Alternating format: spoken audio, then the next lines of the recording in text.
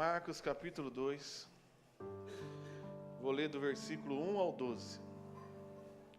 Dias depois, quando Jesus retornou a Cafarnaum, a notícia que tinha voltado se espalhou rapidamente. Em pouco tempo, a sua casa ficou tão cheia que não havia lugar, nem do lado de fora da porta. Enquanto ele anunciava a palavra de Deus, 4 homens vieram carregando o paralítico numa maca. Por causa da multidão, não tinham como levá-lo até Jesus. Então abriram um buraco no teto, acima de onde Jesus estava. Em seguida, baixaram um homem na maca, bem na frente dele. Ao ver a fé que eles tinham, Jesus disse ao paralítico: Filho, seus pecados estão perdoados. Alguns dos mestres da lei que estavam ali sentados pensaram: o que ele está dizendo? Isso é blasfêmia. Somente Deus pode perdoar pecados. Jesus logo percebeu o que eles estavam pensando e perguntou: por que vocês questionam essas coisas em seu coração? O que é mais fácil dizer ao paralítico? Seus pecados estão perdoados? Ou levante-se, pegue sua maca e ande.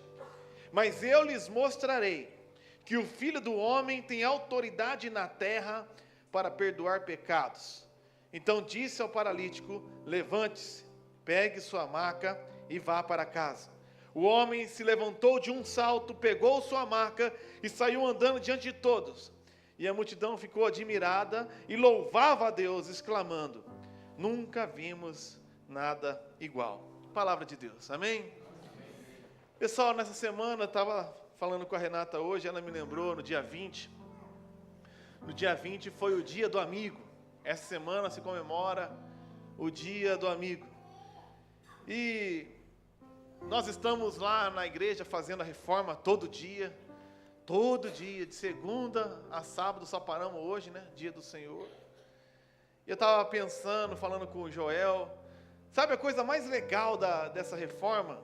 E eu falo de coração, não é como a igreja vai ficar, não é ver o prédio mudando, a coisa mais divertida é você sair do teu trabalho e todo mundo trabalhando até às 6 horas da tarde, depois os caras se encontram lá e começa a estreitar vínculos, amizade, vai dando risada, e ele vai contando como foi o dia dele, e aquela pessoa que a gente mal via, às vezes dava a paz do Senhor no culto ali, a gente pode passar 2, 3, 4 horas, enquanto a gente está pintando, ou fazendo recorte, independente do que a gente está fazendo, a gente está se divertindo, se conhecendo, e estreitando amizade. Se você quiser contratar alguém para pintar, irmãos, o Rui é especialista em pintura de parede. Ontem ele passou a tarde inteira lá, não pintou nenhuma parede certa, né, Rui? Ele pintou uma parede, aí a Aline falou: não é essa não, é a outra. Daí nós pintou a outra, a Aline falou: não é essa não. Quando ele acertou a parede, teve que ir embora. Então nós... é para estar junto mesmo, porque no final só ficou aquele garrancho lá. E ontem eu estava ouvindo a história, vocês sabem que nós temos uma família que chegou por último aqui na igreja, que está fazendo um milagre, irmão. Se não tivesse chegado o tal dos rios, nós estávamos perdidos. Os caras malucos, a mulher estão quase batendo nele, eles ficam trabalhando de manhã, tarde, à noite, de madrugada. Sexta-feira foram embora 00:30. E eu estava conhecendo um pouco mais esses 3 irmãos. E segundo Danilo, tem o pastor Ivan, o pastor da Assembleia de Deus na Varta. E o Danilo contando, é mais legal ele contando, mas eu vou tentar relatar o que ele contou. Ele falou: pastor, o pastor Ivan definiu a nossa família de tal maneira. Eu gostei de ver a humildade do Danilo. Ele falou assim: o Tiago mais velho é o corajoso, o William é o temente a Deus, e eu sou mais inteligente.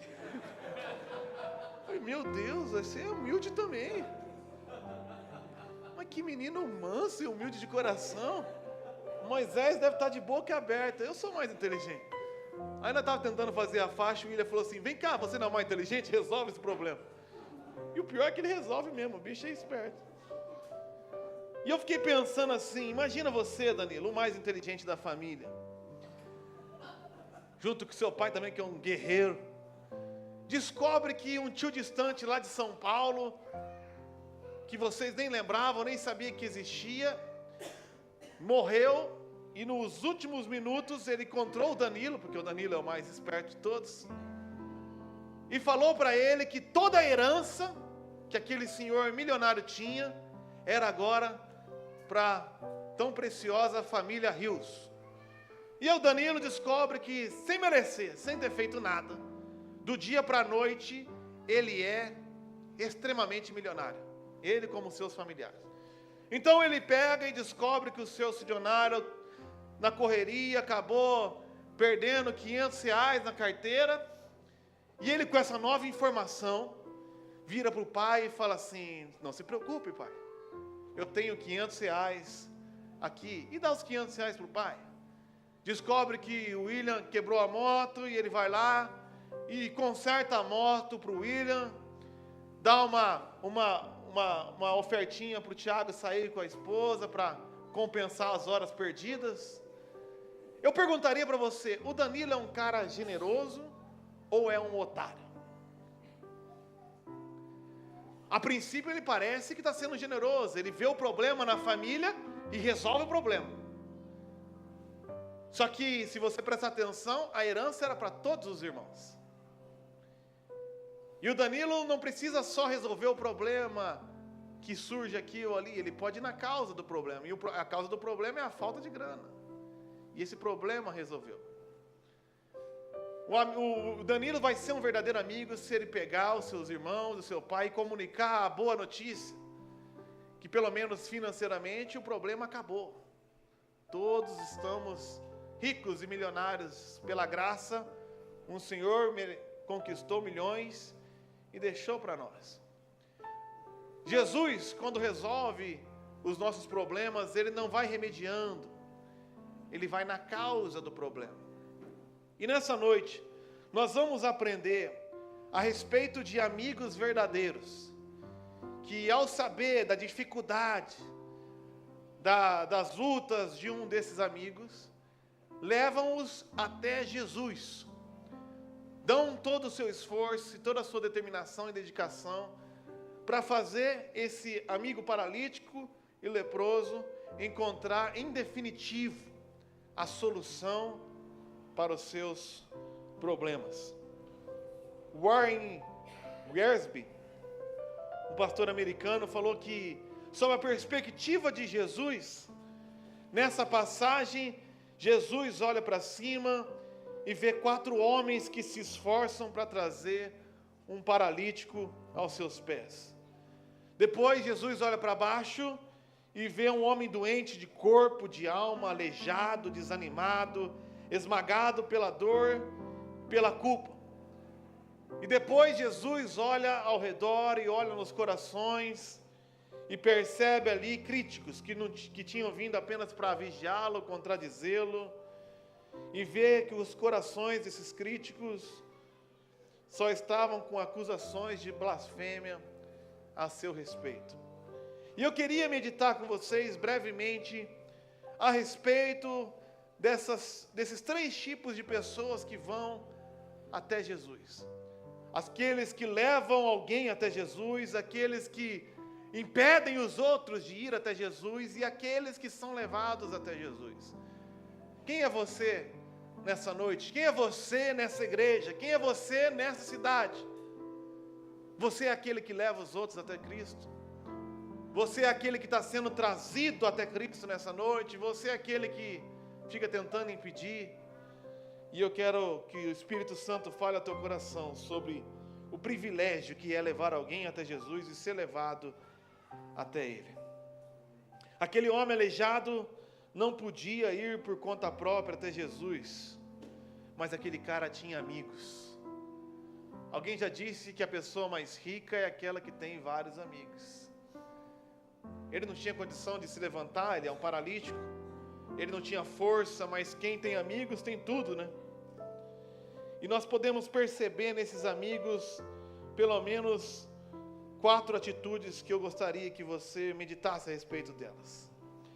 Em primeiro lugar, eles tiveram sensibilidade e tiveram percepção. Eles perceberam que aquele paralítico podia se levar até Jesus, e se ele fosse levar até Jesus, a sua vida mudaria. Quando nós vemos aqui nessa cidade, nós olhamos os desafios, olhamos a condição da cidade, olhamos a condição das pessoas. E muitas vezes você tem que escolher a maneira como você enxerga os outros. Tem duas maneiras de você enxergar as pessoas: o que elas são ou o que elas podem ser diante do Senhor Jesus. Nós temos recebido muitas pessoas na igreja, e eu tenho por costume, e está virando o hábito de toda a nossa igreja, a gente vai lá e no meio da semana e bota uma pessoa no grupo, e eu falo assim: você, que bom que você está no nosso grupo, você é um presente de Deus para nós. Você é um presente de Deus. Desde quando a gente chegou aqui, a gente falava: cara, que maravilha, eu nem conheço você direito, mas eu tenho certeza que você é um presente de Deus para a nossa vida. E uma vez uma pessoa perguntou para mim se eu não estava forçando a barra em falar que uma pessoa que eu nem conheço e está chegando é um presente de Deus, ou que talvez a gente até conhece e não é tão presente assim. E eu aprendo com esses amigos, irmãos, que você pode ver ou a condição que a pessoa está, ou a condição que ela pode estar diante de Jesus. Olha esses rapazes que nós citamos aqui. O Ed Carlos falou lá atrás uma vez para nós assim: tem a família Rios, o Rui está falando. Em todo momento, independente de qualquer coisa, a gente pensava assim: que esses caras vier, vai ser uma bomba aqui na igreja, que bênção que vai ser. Mas aqui passou lá, fala: não, mas se vier aqui vai ser uma bomba, porque diante de Jesus, essa família é preciosa para Deus, eu não vejo a hora deles chegarem aqui. E nós vemos a família inteira, vemos a família do Mateus chegando, e vemos tantas pessoas chegando. Nós precisamos ter sensibilidade e visão, não de quem elas são, mas de quem elas serão diante do nosso Senhor. Em segundo lugar, nós aprendemos com esses amigos a agirem com determinação. Se você reparar, eles tiveram muitos obstáculos para levar o paralítico até Jesus. O paralítico é um homem pesado. Você vê ali a multidão que não abre espaço de jeito nenhum para chegar perto. Você percebe que eles não acham lugar nem mesmo na porta, mas nada parou esses amigos.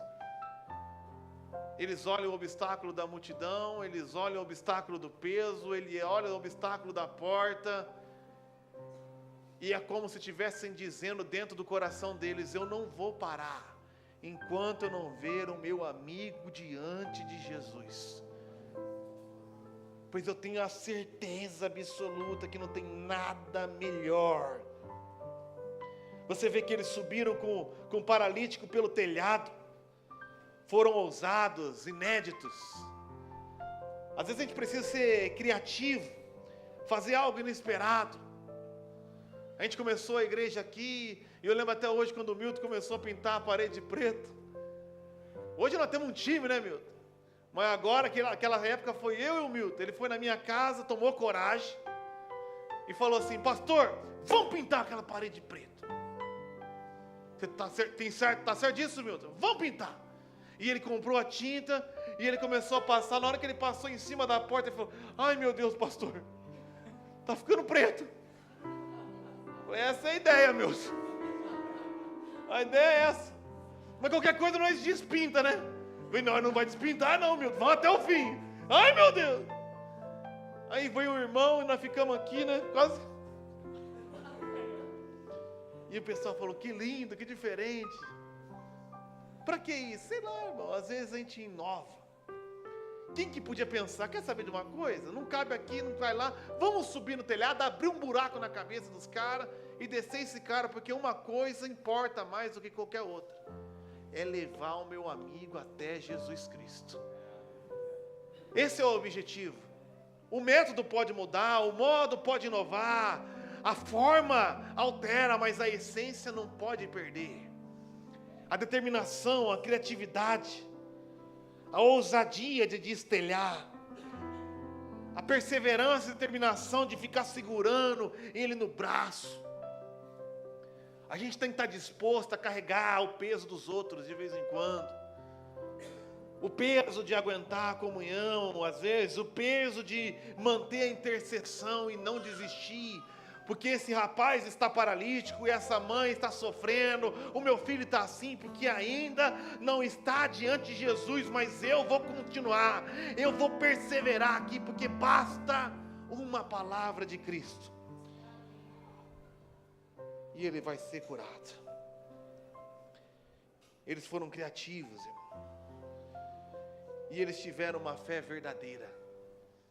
Se você reparar no texto, Jesus olha para eles, e pela fé deles, cura o rapaz.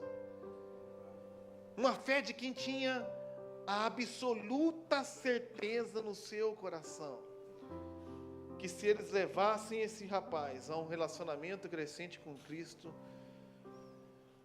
tudo mudaria. Quem você conhece que talvez te traz dor, te traz sofrimento, ou que está aprisionado no pecado? Talvez o que essa pessoa precisa é o que eu e você tivemos uma vez pela graça, um encontro com Deus. Talvez o que essa pessoa precisa é de um amigo, que tem determinação, não alguém que você chama uma, duas vezes e fala assim, quer saber? Já chamei, já fiz a minha parte, agora não quer saber de nada não. Porque alguém que reconhece que um dia eu também não queria saber de nada, mas o meu pai foi determinado, meu pai foi paciente, minha mãe não desiste de mim. Esse amor ágape, de quem olha uma criatura informe pelo pecado, mas com o olhar da graça encontra aquilo que pode ser em Cristo, aquele que chama aquele que não é, como se já fosse. É isso que falta, cara. É isso que falta na igreja muitas vezes. Um olhar para o outro, não daquilo que ele é, mas aquilo que ele pode ser com Jesus de Nazaré. Amor, graça, paciência, determinação, criatividade. Alguém disse para nós assim, que nós estávamos montando um time daqueles que não serviram em lugar nenhum. Eu pensei comigo, eu estou montando um exército daqueles que vão mudar todos os lugares para a glória de Deus. Daqui 20 dias vai vir gente de todos os cantos do Brasil para a inauguração da igreja. Teve um pastor lá do Rio Grande do Sul que mandou no story assim, eu não vejo a hora de conhecer vocês. Porque eles não estão vendo como as pessoas te rotulavam, eles começaram a enxergar como Jesus te enxergou. E o nosso desafio agora é passar a parar de rotular os outros e começar a declarar o que Jesus vê em cada um. Jesus não erra não. Ele fez as pessoas à sua imagem e semelhança. É o pecado que deforma, mas o Evangelho reconstrói. Da mesma maneira que a graça me alcançou, nós vamos levar muitas outras pessoas a um relacionamento crescente com Jesus. Mas irmãos, toda vez que você se coloca para levar pessoas a um relacionamento crescente com Jesus, sempre tem aqueles que bloqueiam esse caminho. No caso da nossa história, tinha dois tipos de pessoas: a multidão e os religiosos, mestres da lei, escribas, fariseus. É impressionante como às vezes a multidão impede as pessoas de vir até Jesus. Seja uma multidão simples como essa, quantas pessoas estão falando para mim, eu não vou lá não, fica tão cheio, é tão ruim, é tão apertado, não vai dar para mim. Ou as pessoas usam uma desculpa pior, eu não vou naquela igreja que tem esse tipo de pessoa, tem aquele outro. Quantas pessoas deixam de ir até Jesus por causa das pessoas? Se sente decepcionado. Sabe uma coisa, irmãos? A gente é muito complacente com os nossos erros, mas é pouco paciente com os erros dos outros. A gente quer que todo mundo tenha paciência comigo. Me entenda. Entenda a minha criação. Entenda a minha peculiaridade, a minha personalidade. Ah, mas é muito difícil conviver com esse irmão aqui. E é interessante que às vezes as pessoas mais difíceis de serem suportadas são aquelas que têm menos facilidade de suportar os outros. Eu lembro de uma irmã muito difícil que nós tínhamos na igreja de Londrina. Era muito difícil lidar com ela, era muito trabalhosa. De repente chegou alguém na igreja e falou alguma coisa que ela não gostou.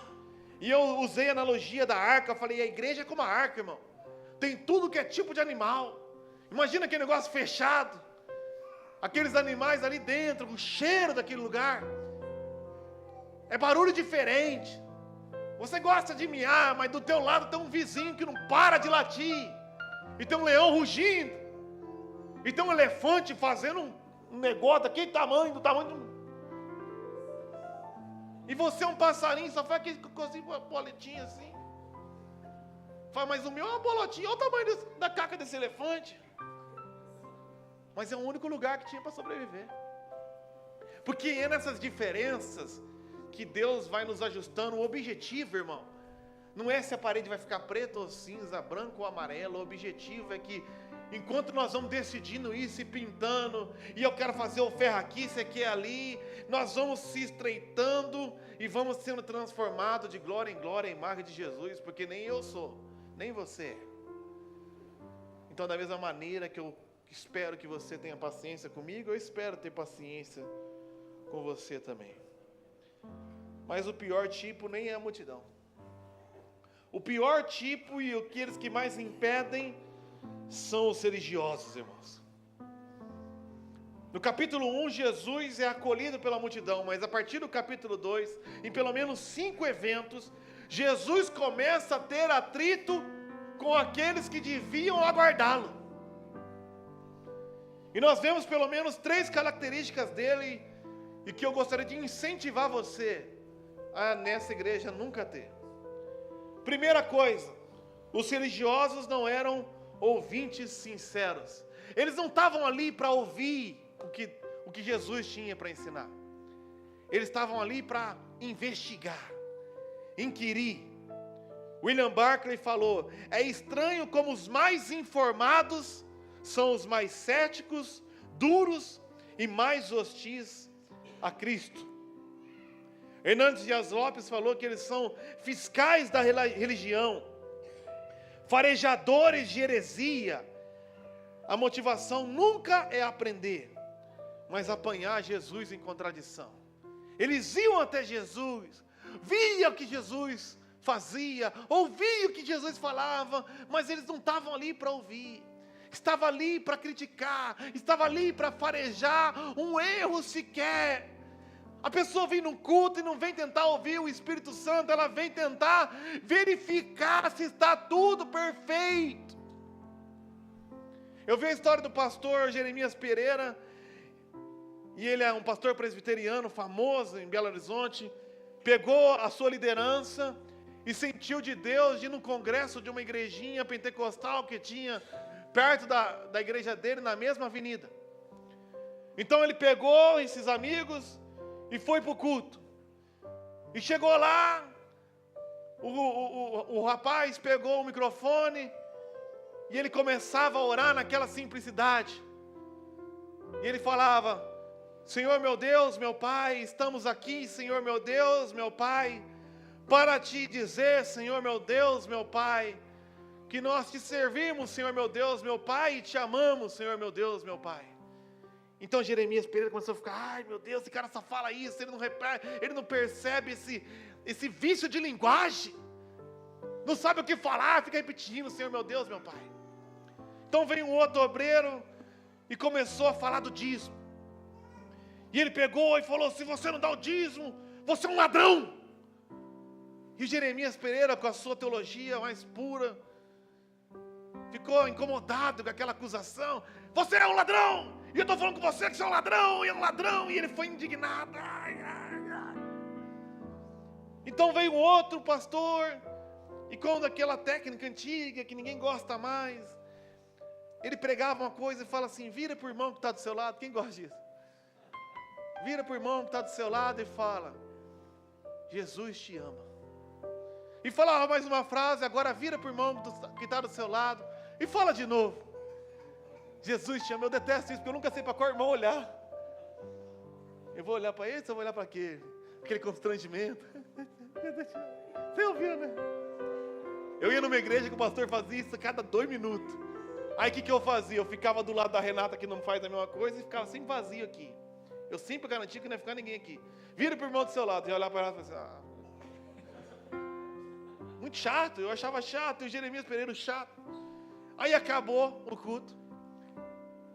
E ele foi para comer pizza e sentou com os seus diretores e falou: ai, gente, meu Deus do céu, 2 horas jogado no lixo. Aí um rapaz falou para ele assim: eu não sei você, pastor, mas toda vez aquele homem orava, ele falava: Senhor, meu Deus, meu Pai, o Espírito Santo começou a me mostrar que Deus é meu Pai. E eu sou um filho de Deus, Ele me ama como meu Pai. E o cara começou a falar e começou a chorar. Aí o outro da diretoria falou: pastor, eu estou me sentindo um ladrão. Aquele cara falou comigo, pastor, não falou comigo: você é um ladrão, porque eu falo para todo mundo contribuir, mas esse ano eu não dei nem R$1 na igreja, pastor, eu estou me sentindo um bandido. E o outro chegou e falou assim: eu nem vou falar. Toda hora que ele virava, eu estava me sentindo tão rejeitado, e você virava para mim e falava assim: Jesus te ama. E eu saí tão amado. Então o Jeremias Pereira chorou, porque falou: o Espírito Santo estava falando desde o começo do culto, e o único que não percebeu e não recebeu nada foi ele, porque ele foi lá para analisar. Deus usa homens imperfeitos, irmãos, num lugar imperfeito, com som imperfeito, instrumentistas imperfeitos, para sentar do lado de pessoas imperfeitas e manifestar a perfeição da sua glória, do seu amor. O problema dos religiosos é que eles estavam certos e errados ao mesmo tempo. Eles falam, vê Jesus falando que está perdoado e fala: é blasfêmia. Por que blasfêmia? Porque só Deus pode perdoar. É verdade isso. Só Deus pode perdoar. Mas o rigor técnico com a letra impedia eles de perceber o que estava diante dos olhos dele: Deus encarnado em lugar de homem. Não seja esse tipo de pessoa, porque às vezes você vai ser pego na própria armadilha. Havia uma teoria teológica que todo mundo que estava enfermo era porque tinha cometido algum pecado pessoal, e essa pessoa jamais seria curada se não fosse de fato perdoada por Deus. Então eles olhavam para o paralítico e pensavam: ele é paralítico porque pecou. Isso é ridículo, mas até hoje pessoas ensinam isso: se você está doente é porque pecou, se você está passando por dificuldade é porque pecou, bateu o carro porque pecou, está numa luta é porque pecou. Atribui Deus como um mero retribuidor de acertos e erros, uma espécie de karma gospel. Mas na teologia deles, Jesus não era Deus, e só Deus pode perdoar. Então Jesus pega eles da sua doutrina e grava: o que vocês estão dizendo? Não posso dizer os seus pecados estão perdoados? Então ele dá um nó. O que é mais fácil para vocês? Dizer que está perdoado, ou dizer: toma o teu leito e anda? E dando um nó nos religiosos, Jesus prova que de fato tinha perdoado, quando ele cura o paralítico e fala: toma o teu leito e anda. E na teologia dos religiosos não tinha como negar: se o rapaz andou, é porque foi perdoado. E se só Deus perdoa, Jesus é Deus. O religioso está sempre preocupado com detalhes e está sempre perdendo o agir de Deus que está acontecendo na frente dele.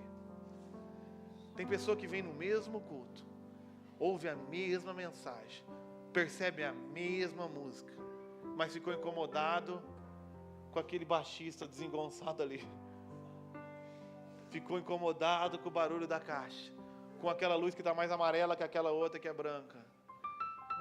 Mas do lado dele tem alguém tendo a revelação de que Jesus é o Senhor e que vai mudar a história dele, está sendo curado, tendo a sua família restaurada. Deus não faz acepção de pessoas, irmãos, Ele faz acepção de atitudes.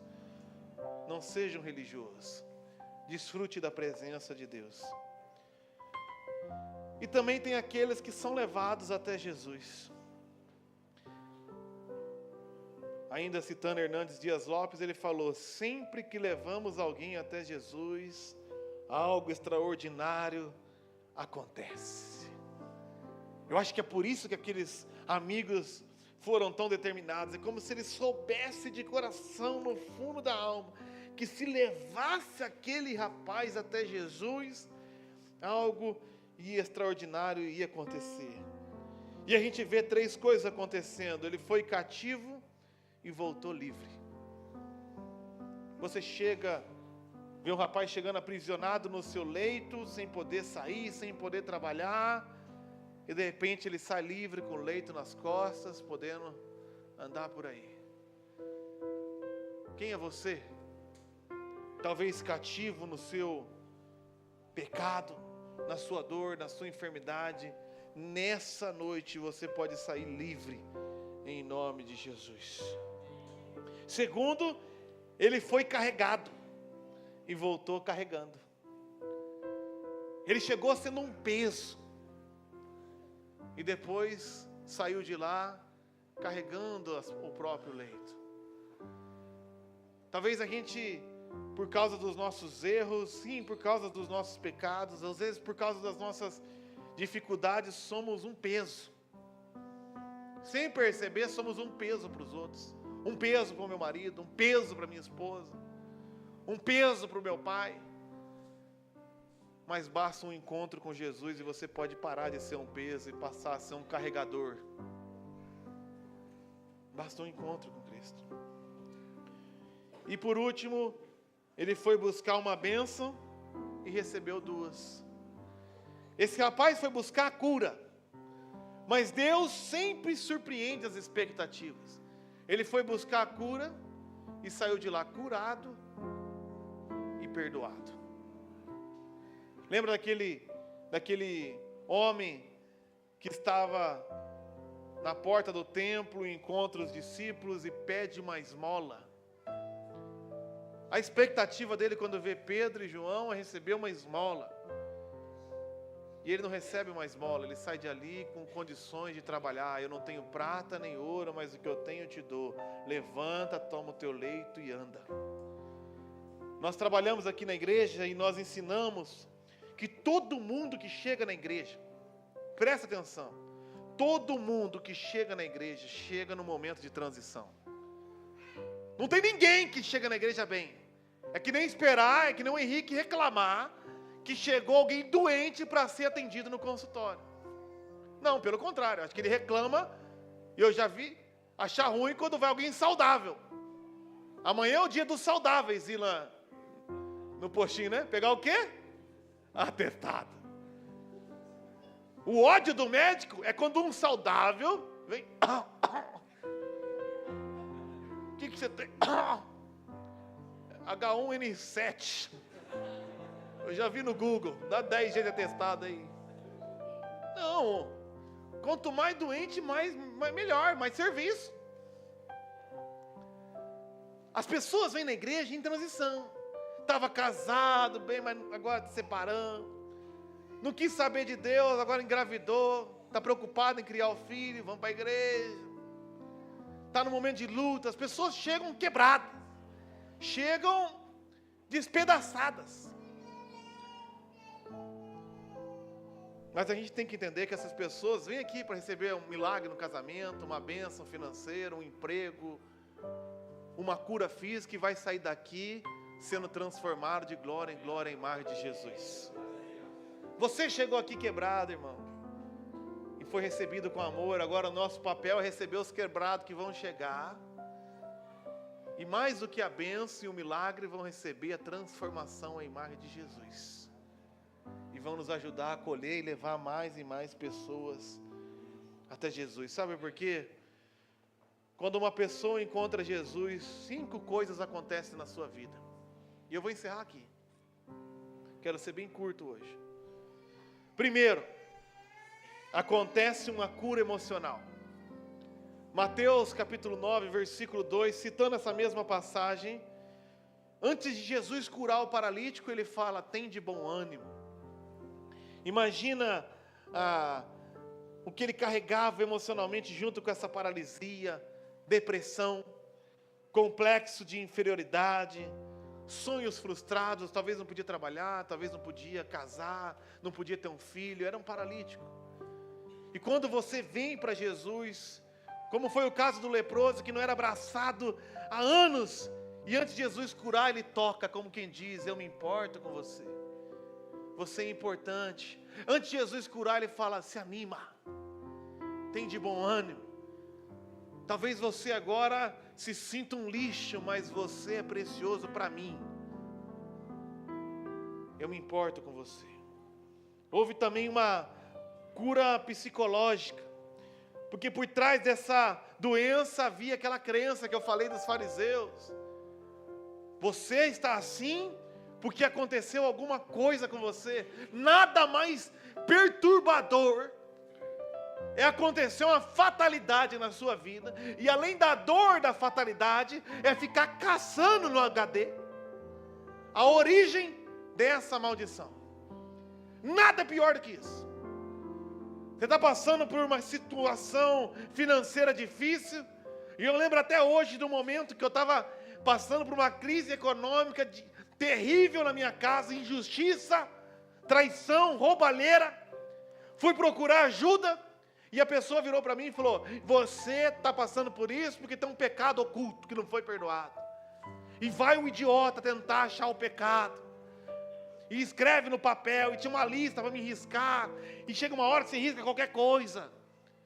E eu fui num encontro, o nome do lugar era Encontro com Deus, e os caras falam: se você já fez isso, erga a mão. E eu ergui a mão, daí vinha o cara e expulsava o demônio daquilo.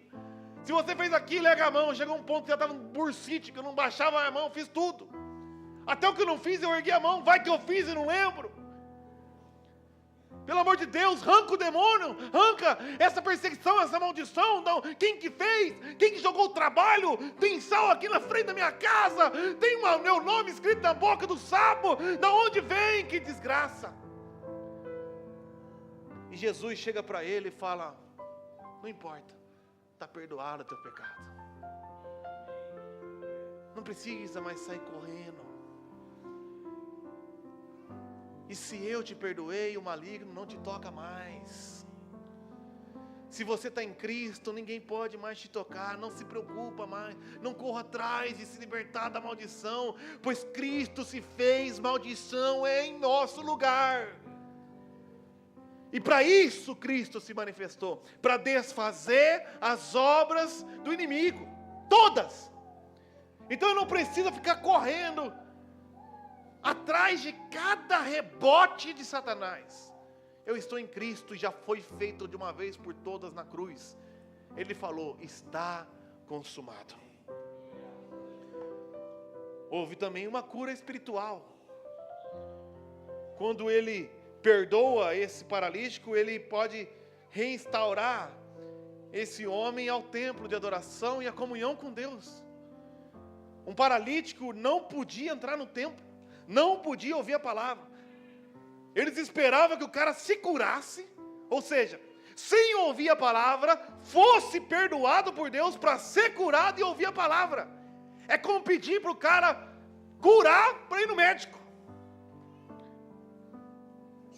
Eu não vou na igreja ainda não estou bem. Não vou fazer esse curso do batismo, não, porque eu não acertei as coisas ainda. É a mesma coisa de falar: não vou falar com o Henrique, estou tossindo. Não faz sentido. O lugar dos enfermos é na frente dos médicos dos médicos. Você foi perdoado, por isso será transformado. Não tem que ser transformado para ser perdoado. Não tem que fazer as boas obras para ser salvo. Você faz as boas obras porque foi salvo. Deus te aceita, depois você se torna aceitável. Deus te justifica, depois você se torna justificado. Há um perdão, uma graça estendida imerecidamente para cada um de nós aqui. E por fim, há uma cura física completa. Esse rapaz não saiu dali cambaleando, como a gente fala, aquela cura que você talvez recebeu oração. O Kaique conta que uma vez a mãe dele foi em um determinado lugar. Se eu estiver mentindo, me interrompa. E o pastor declarou: está curada. Ergueu a mulher, sabe quando você faz o cadeirante? Anda! E aplauda o Senhor! E ela voltou para casa na cadeira. Não, quando Jesus toca é definitivo. Eu já vi, cansei de ver, quando Ele toca é inacreditável, inesperado. Acontece, mas quando Ele faz é inegável. Não tem um mais. Você foi curado, mas perdeu a bênção porque não deu testemunho. Foi curado, mas perdeu a bênção porque duvidou depois. Não, se Jesus toca, é curado, agora e para sempre. Amém. Mas por fim, eu acrescento mais uma cura. Houve uma cura social. Jesus faz o trabalho completo, o trabalho integral. Esse paralítico, por causa da sua condição, como eu disse, era um peso para os outros. Não podia trabalhar, vivia pedindo esmola. Faça justiça, faça justiça. E quando ele é curado, ele ganha a condição de trabalhar, de ser integrado na sociedade. Antes, como enfermo, por causa do que acreditavam ser o seu pecado oculto, ele é como um repelente. Ninguém chega perto dele, mas agora que ele é curado, lembra da mulher do fluxo de sangue? Jesus chama ela para um testemunho público, para reintegrar aquela mulher considerada imunda por todos, e fala: a tua fé te salvou. Jesus nos integra de volta. E eu estou dizendo isso, irmãos, porque eu já passei por isso. Eu já fui curado por Jesus dessa maneira que eu estou citando aqui. Eu tinha uma condição que cada pessoa dava um diagnóstico diferente. Algumas pessoas falavam que aquela condição que eu tinha, que me trazia inúmeros problemas, era devido a fatores genéticos. Existiam algumas questões na minha genética, mais precisamente no meu nódulo frontal, glódulo, sei lá qual que é, no córtex frontal. Então, geneticamente, eu tinha essa questão aqui, e por causa disso eu tinha muita dificuldade de sentir empatia, de se relacionar, de perceber o outro, de ser gentil, de ser grato. A culpa era do meu DNA e do meu córtex frontal. Outras pessoas falavam que era um desequilíbrio hormonal. Excesso desse hormônio, ausência desse hormônio, e tinha que repor e alterar. Outros diziam que era devido a fatores formativos da minha infância. Algumas coisas aconteceram comigo na minha primeira infância, e aquilo interferiu completamente a minha condição. E eu afirmo, irmão, com toda a sabedoria e prudência, que todos esses fatores têm a sua verdade. Mas a causa do que eu tinha, irmãos, não era culpa do meu córtex frontal, dos hormônios ou da criação que eu tinha. A causa e a doença que eu tinha tem um nome, chamado pecado. E eu não herdei do meu pai e da minha irmã, da minha mãe, eu herdei de Adão. E na minha condição de pecador, Martinho Lutero fala que você fica totalmente encurvado para si, amante de si mesmo, achando que é Deus. E eu era tão encurvado para mim, que eu era incapaz de perceber o outro. Incapaz de falar para minha mãe, eu te amo. Eu não lembro de ter falado para minha mãe, eu te amo, até os 18 anos de idade.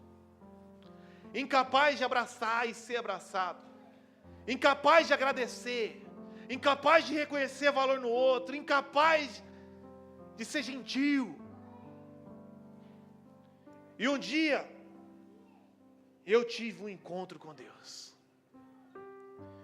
E a palavra de Deus me revelou que aquele velho homem, com córtex frontal bichado, com os hormônios desequilibrados, foi crucificado com Cristo. Agora, vivo não mais eu, mas é Cristo que vive em mim. E a vida que eu vivo agora, não é pelo meu córtex frontal, mas é pela mente de Cristo que habita em mim. Instantaneamente, irmãos, o novo homem me revestiu. Eu tinha uma brincadeira que eu falava com meu amigo. O único amigo que eu tinha. Quando dava meu aniversário, eu nunca tive ninguém no meu aniversário. Eu nunca tive ninguém no meu aniversário porque eu era um babaca. E ele chegava, o único que me suportava, e falava assim: e aí, Mateus, a Globo já veio transmitir a festa? Tá bombando, hein? Dá pra ouvir o barulho lá da rua. Porque ele sabia que no meu aniversário não ia ter ninguém. A minha mãe desistiu de comprar um bolo. No final ela comprava um pedaço da padaria, porque ela sabia que ia vir só eu e o Vinícius. E eu ficava culpando, nossa. Eu culpei a vida inteira, eu culpei todo mundo. A culpa é da criação, a culpa é da minha cabeça, a culpa é do meu temperamento, a culpa é da personalidade. Mas o dia que eu aceitei ser conduzido até Cristo por alguém que não desistiu de mim, meu pai e minha mãe, e Ele me tocou, eu não sei o que aconteceu no meu córtex frontal, mas no meu espírito eu nasci de novo. E hoje, pela graça, aquele que era um peso para os outros pode ajudar a carregar o teu peso. Então, meu irmão, nessa igreja, nunca venha me dizer que uma pessoa não tem jeito. Porque a única pessoa que não tem jeito é aquela que ainda não encontrou com Jesus. Porque se o pessoal é um lixo lá fora, o maior lixo de todos está falando com vocês agora, transformado pela graça. Eu não sou perfeito, irmão, mas eu sou agraciado por Deus. E eu louvo a Deus pelos amigos que a gente tem agora. Eu louvo a Deus pelo privilégio de poder passar 6 horas dando risada, sem uma briga, cansado, com um monte de gente diferente fazendo as coisas de graça, sem saber fazer e sem sair no tapa, porque eu fui curado por Jesus. E Ele pode curar você também.